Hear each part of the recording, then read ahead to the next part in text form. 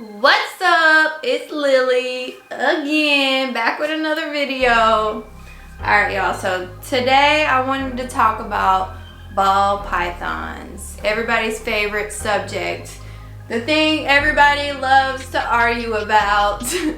I'm going to voice my opinion out there. I have about 10 ball pythons now, and they're all doing really well, all eating great. One just had a clutch of eggs. She's doing good. The eggs are doing great. Everything's great. So I'm filming today in front of this beautiful DIY snake rack. And I basically just took some humongous Christmas tubs and put some heat mats to them, thermostats, and put them on this nice rack for display. I'm moving all of my female ball pythons up into larger enclosures. Now, the rack that I have my female ball pythons in now is considered to be a good size for them. It's not too small for them, but I wanted to offer them some climbing space. So I am going to be putting them in these tubs right here.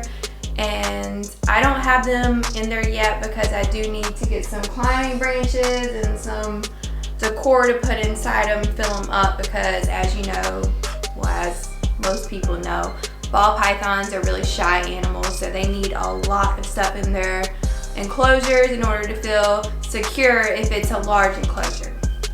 So anyways, I wanted to talk about ball pythons for a lot of reasons, because there is a lot of controversy out there about whether you should keep them in larger enclosures or smaller enclosures. From my experience, my adult females, I put an adult female in a 4-foot enclosure with climbing space, and she does utilize the height, and she does utilize a lot of the space. She's very active at night, and she eats well in there too. So I think it's, you know, if you can give them more space as adults, definitely try to do that. But I will say this, you don't want to put a baby ball python in a big 40-gallon breeder or a 40-gallon tank or a 4-foot enclosure, because that baby is going to be very stressed out. It's not going to want to eat. I know this from experience because that was my first mistake I made whenever I got my first ball python. It was a baby, and I put him in either a 30-gallon or a 40-gallon tank, and I'm telling you, I filled that thing full of stuff. I closed 3 of the sides. I filled it full of hides, plants, everything to fill it up, and he would not eat. He was not comfortable in there. As soon as I put him in a little 12-quart tub, he ate the same night. Yeah, so I know a lot of people have put younger ball pythons in big vivariums and they've done fine. That's a possibility, yes, but I'm speaking for the majority of ball pythons. The species is a shy species, so they're just going to feel more comfortable as babies in smaller tubs or tanks. And you need to grow, as they grow, their enclosure size should grow with them. Don't try to save money and throw a baby into a big 40-gallon enclosure, because that baby's not going to eat and going to be very stressed out and not happy. So from my experience, I recommend putting babies in 12-quart tubs, and then, you know, as it gets bigger, you can try to move them up to larger enclosures as they grow. But from my experience, I just know that babies do not do good in big enclosures. My adult females are going to do fine in these, I think. But babies, no. I definitely don't agree with putting babies in big enclosures. So this is what I'm going to be putting my adult female ball pythons in. These tubs are huge. This over here is a 75-gallon tank right here that my Mexican Black King snake is in. So you can see how big these tubs are. So I'm really excited to give my girls some more space. I definitely think that they're going to utilize it. Just waiting for my climbing branches to come in. I've been waiting a very long time now. They actually sent my package to a lady in Ohio, and she called me because my number was on the package, but she got out. And so anyways, it's a big mess and I'm waiting on them, but they should have been here by now. I'm really upset about that. Anyways, enough of that small talk. I'm gonna show you how I set up this rack, and then I'm gonna show you what my snakes are in, my ball pythons, and the different sizes that I keep my ball pythons in. So, yeah.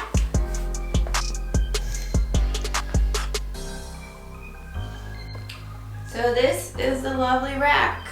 I have it here. This room is supposed to be my like a closet room, but it's turning into another snake room. But here I have the containers that I'm keeping them in. They usually only have these containers around Christmas time, the ones that are this big. So I went ahead and snatched these up whenever I seen that they were out. Basically, you can use heat tape for a rack like this. Oh, by the way, this rack is from Macy's. This is the largest wire rack they have. This is the heavy duty stuff. This is like 4 feet long, 4 feet this way, and then about 2 feet deep. So this is a huge rack. It's very heavy duty. Some of the racks you get from like Walmart and stuff, they're really not, you know, they're not that heavy duty. So this one from Macy's, I highly recommend it. I have 2 of them now. Let me show you how I have everything rigged up. This is a heat mat. We have it taped under here with some Gorilla Glue tape, which I highly recommend because it's like the stickiest tape in the world. Yes, it's stickier than duct tape. Don't argue with me. But each of them have a heat mat, and each heat mat is connected to one of these thermostats right there. See it? It says 88.3. These thermostats keep these heat mats between 88 and 90 degrees at all times. I got the really big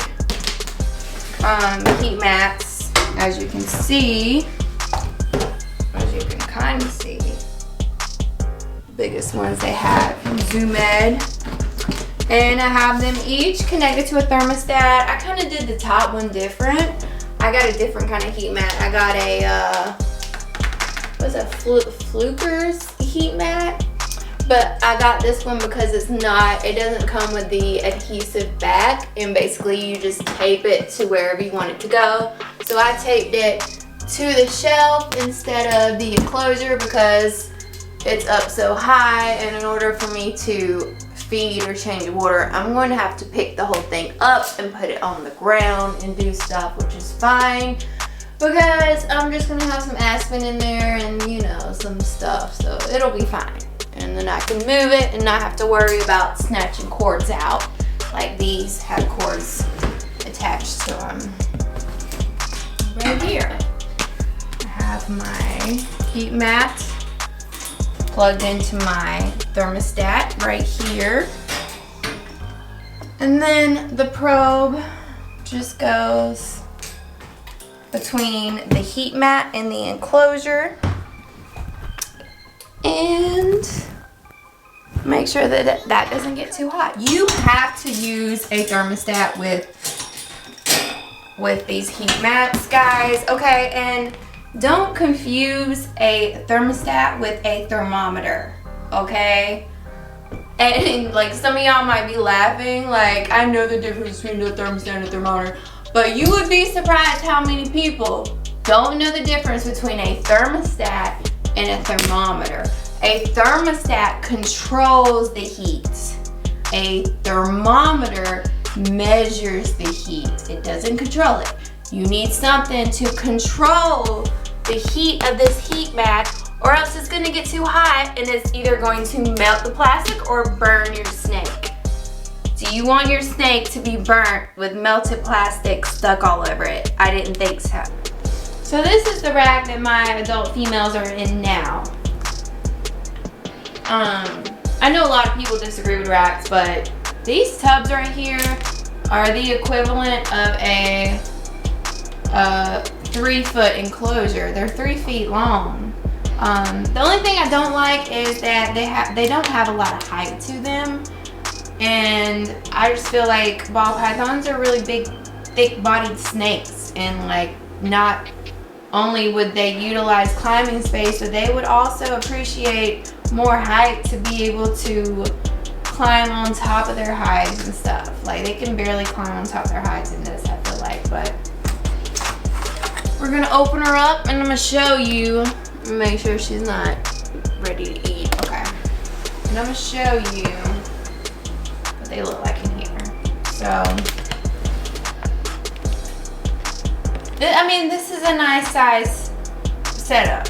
It's a nice size as far as the length goes. This way, I think it's great. It's 3 feet, it's great. But, like, you see if she wants to climb on top of her hide, she just doesn't have a lot of room to do that.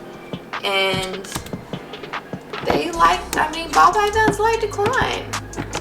So I'm gonna try to show you her.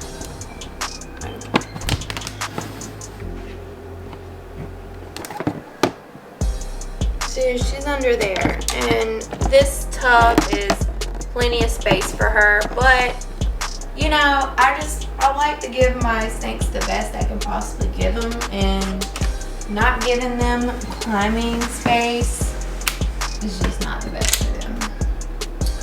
So I was, you know, on the fence about moving them into taller enclosures and giving climbing space, because I didn't know ball pythons really like to climb that much. But since I put this girl in here, as you can see, she's in a 4-foot enclosure here with climbing branches, and she's very, very active, and she does climb and she utilizes a lot of space. And you can see she's a very big snake. This is a 4-foot enclosure, and she is every bit as long as the enclosure is. So I just want to give my snakes more room than this. This is acceptable, but it's not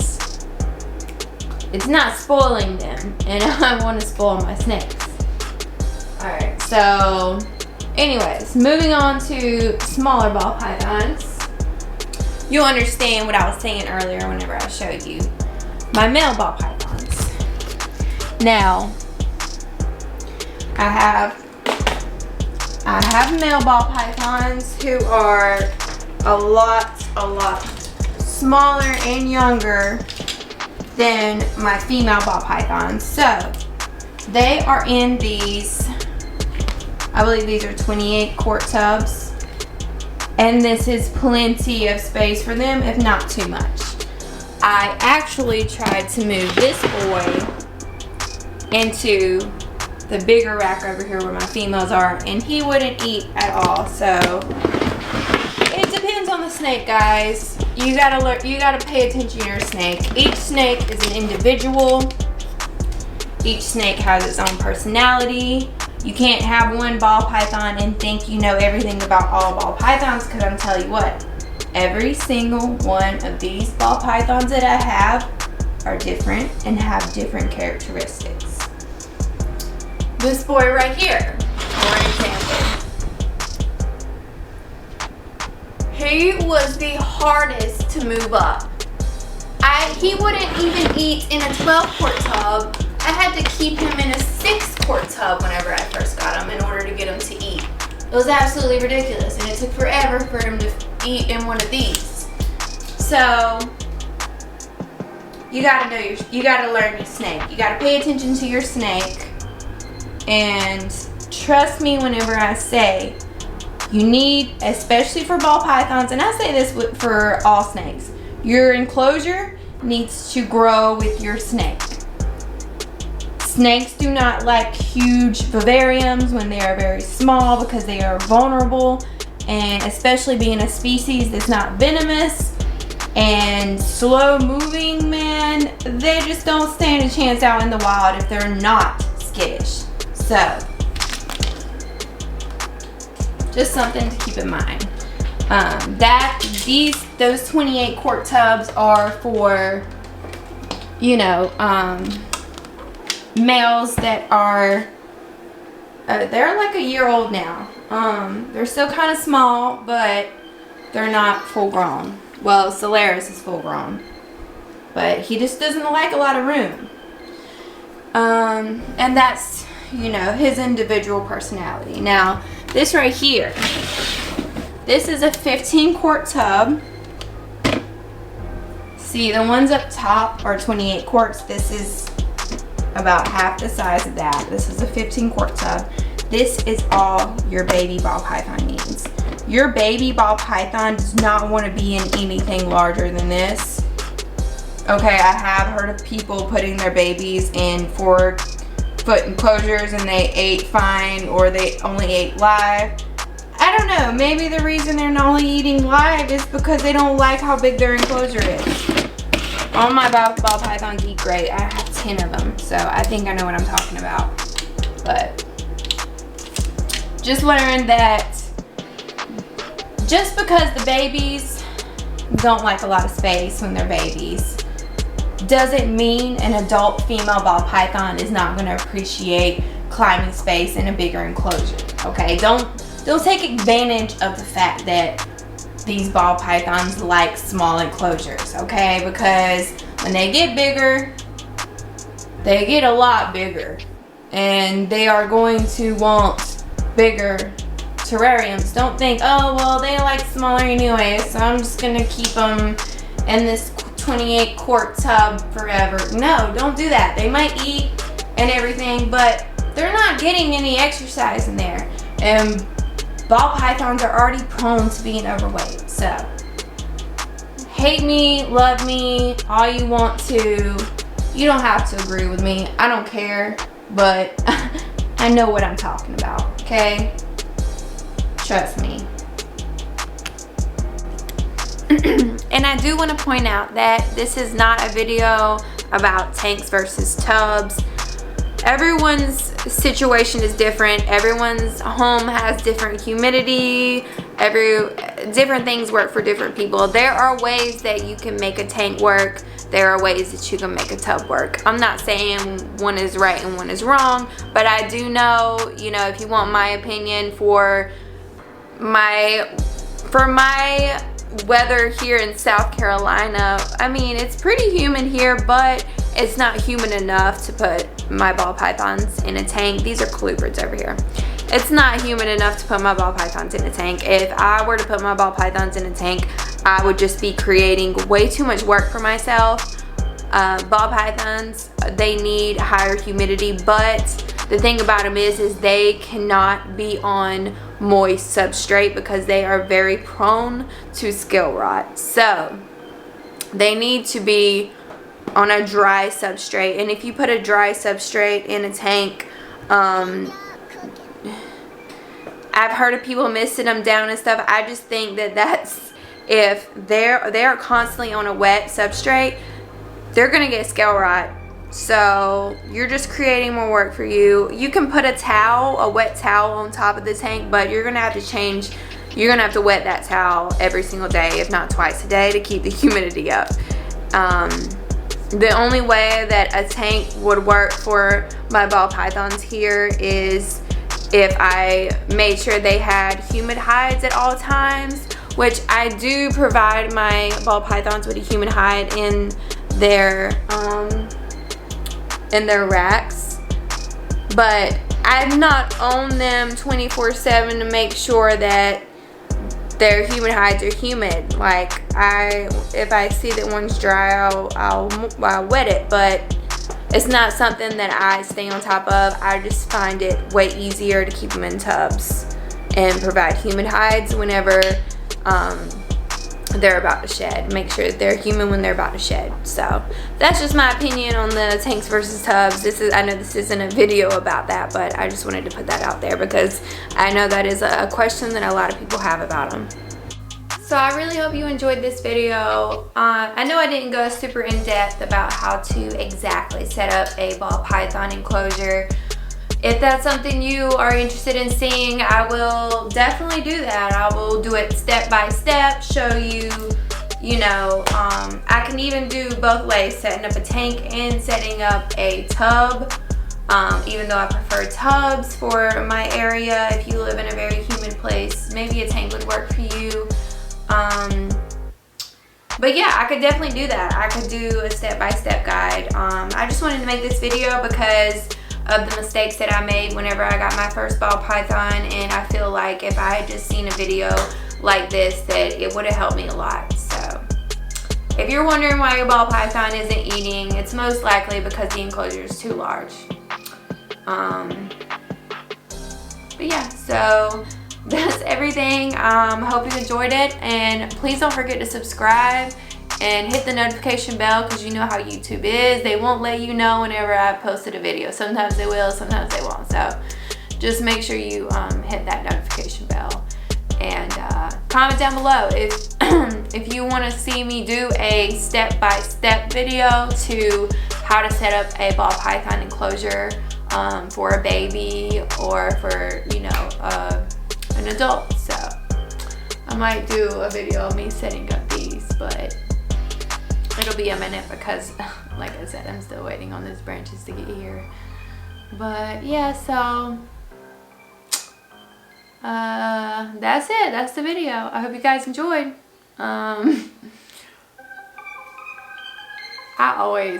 I struggle with ending my videos, but okay.